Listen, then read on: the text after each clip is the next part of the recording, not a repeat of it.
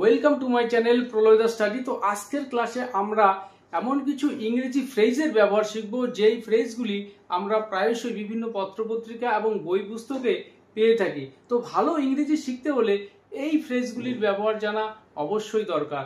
তো তোমরা যারা স্পোকেন ইংলিশ শিখছো তাদের জন্য তো অবশ্যই, সেই সঙ্গে যারা বিভিন্ন ক্লাসের ছাত্রছাত্রী রয়েছে প্রত্যেকের জন্যই এই ফ্রেজগুলি খুবই গুরুত্বপূর্ণ। তো মনোযোগ সহকারে ক্লাসটি প্রথম থেকে শেষ পর্যন্ত দেখার চেষ্টা করবে। আর পুরো ক্লাসটি দেখার পর যাদের ভালো লাগবে অবশ্যই ভিডিওটিতে একটি হাইপ করতে ভুলবে না। তো সর্বপ্রথম আজকের ক্লাসে যেই ফ্রেজটি তোমাদের শেখাবো যে ইন প্রপোর্শন টু, যার বাংলা অর্থ দাঁড়ায় অনুযায়ী। এবার সেটা হতে পারে যোগ্যতা অনুযায়ী, আকৃতি অনুযায়ী, পরিমাণ অনুযায়ী। তো এই জাতীয় ক্ষেত্রে আমরা এই ফ্রেজটি ব্যবহার করব ইন প্রপোর্শন টু। তো এখানে দুটি এক্সাম্পলের মধ্য দিয়ে তোমাদের আমি বোঝানোর চেষ্টা করছি এই ফ্রেজটি তোমরা বাক্যে কিভাবে ব্যবহার করবে। তো এখানে একটি সেন্টেন্স লিখেছি, তোমার কাজ অনুযায়ী বেতন নির্ধারণ করা হবে। মানে তুমি যে কাজে ঢুকছো এখনই তোমাকে বেতন সম্পর্কে কিছু বলা হবে না, তোমার কাজ দেখা হবে, কাজ অনুযায়ী তোমার স্যালারিটা নির্ধারণ হবে। তো এই সেন্টেন্সটা আমরা তৈরি করব এই ফ্রেজটি ব্যবহার করে। তো salary will be decided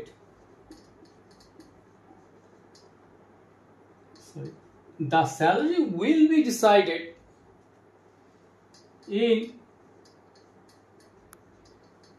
in proportion to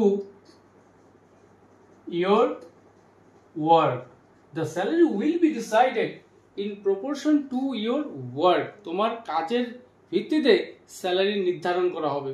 এবার এই সেন্টেন্সটা আমরা চাইলে একটু অন্যভাবে বলতে পারি, the salary will be decided in proportion to your experience, in proportion to your knowledge।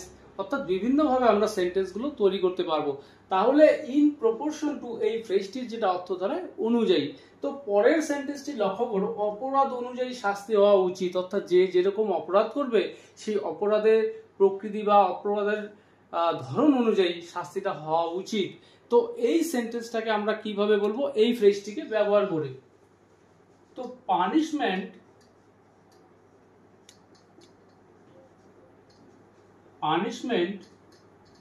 Should be,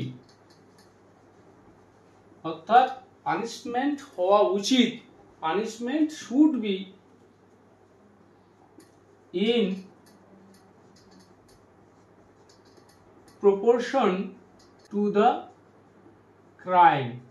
The punishment should be in proportion to the crime. অর্থাৎ শাস্তি অপরাধ অনুযায়ী হওয়া উচিত। তাহলে এই ফ্রেজটিকে তোমরা সেন্টেন্সে কখন কোন অর্থে ব্যবহার করবে এবং এই ফ্রেজটিকে দিয়ে কিভাবে সেন্টেন্স তৈরি করতে হয় আশা করি তোমাদের বোঝাতে পারলাম। তো এর পরের যে ফ্রেজটি রয়েছে উইথ এ ভিউ টু, যার বাংলা অর্থ দাঁড়ায় লক্ষ্যে বা উদ্দেশ্যে। তো এই ফ্রেজটি আমরা কখন ব্যবহার করব, এখানে একটি সেন্টেন্স লিখেছি, সে একটি ব্যবসা শুরুর উদ্দেশ্যে এখানে এসেছে। মানে সে যে এখানে এসেছে একটা লক্ষ্য নিয়ে, ব্যবসা শুরুর উদ্দেশ্যে এখানে এসেছে। তো এই সেন্টেন্সটা আমরা কিভাবে বলবো এই ফ্রেজটিকে ব্যবহার করে। তো সে এখানে এসেছে, he or she has come here with a view to, কিসের উদ্দেশ্যে, ব্যবসা, একটি ব্যবসা শুরুর উদ্দেশ্যে। তো এখানে ভার্ব স্টার্ট, তো আমরা বলবো এখানে স্টার্টিং।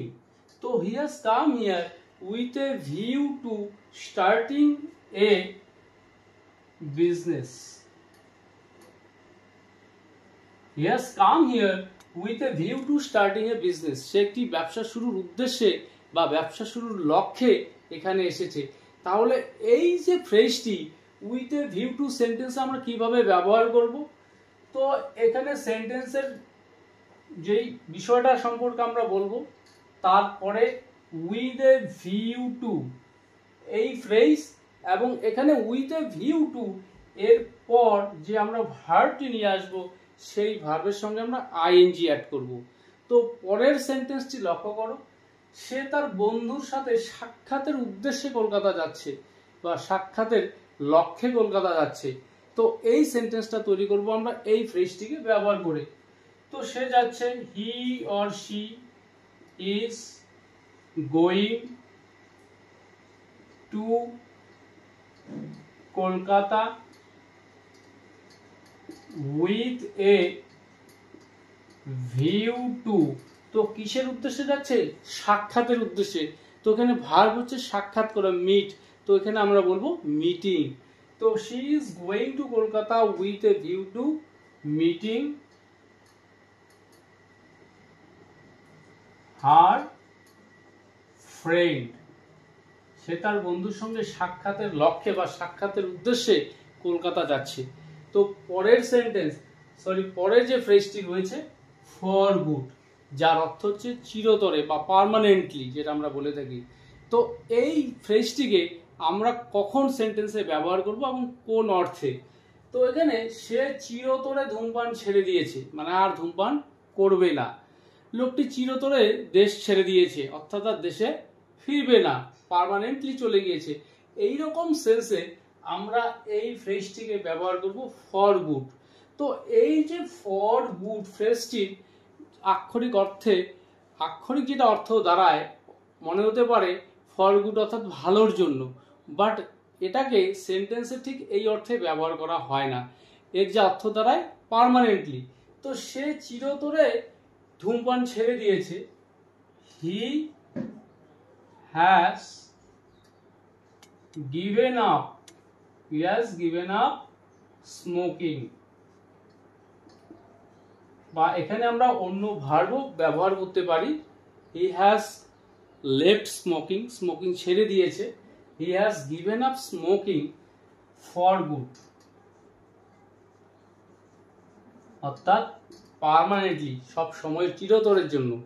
সেন্টেন্সটা দেখে এরকমটা মনে হতে পারে he has given up smoking for good, অর্থাৎ ভালোর জন্য ছেড়ে দিয়েছে।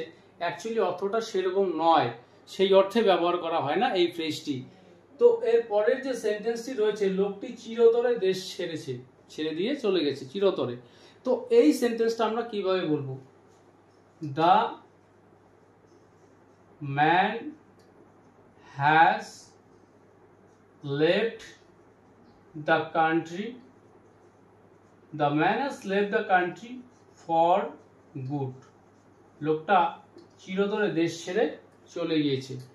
তো আশা করি এই ফ্রেজটিও তোমাদের বোঝাতে পারলাম। তো এখানে আরেকটি ফ্রেজ রয়েছে ইন দ্য লাইট অফ, যার বাংলা অর্থ দ্বারা পরিপ্রেক্ষিতে, তো বা ভিত্তিতে।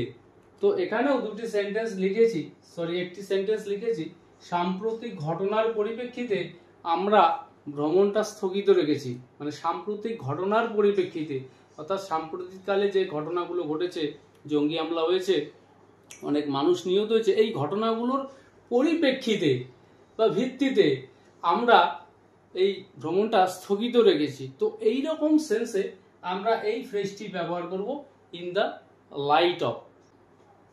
In the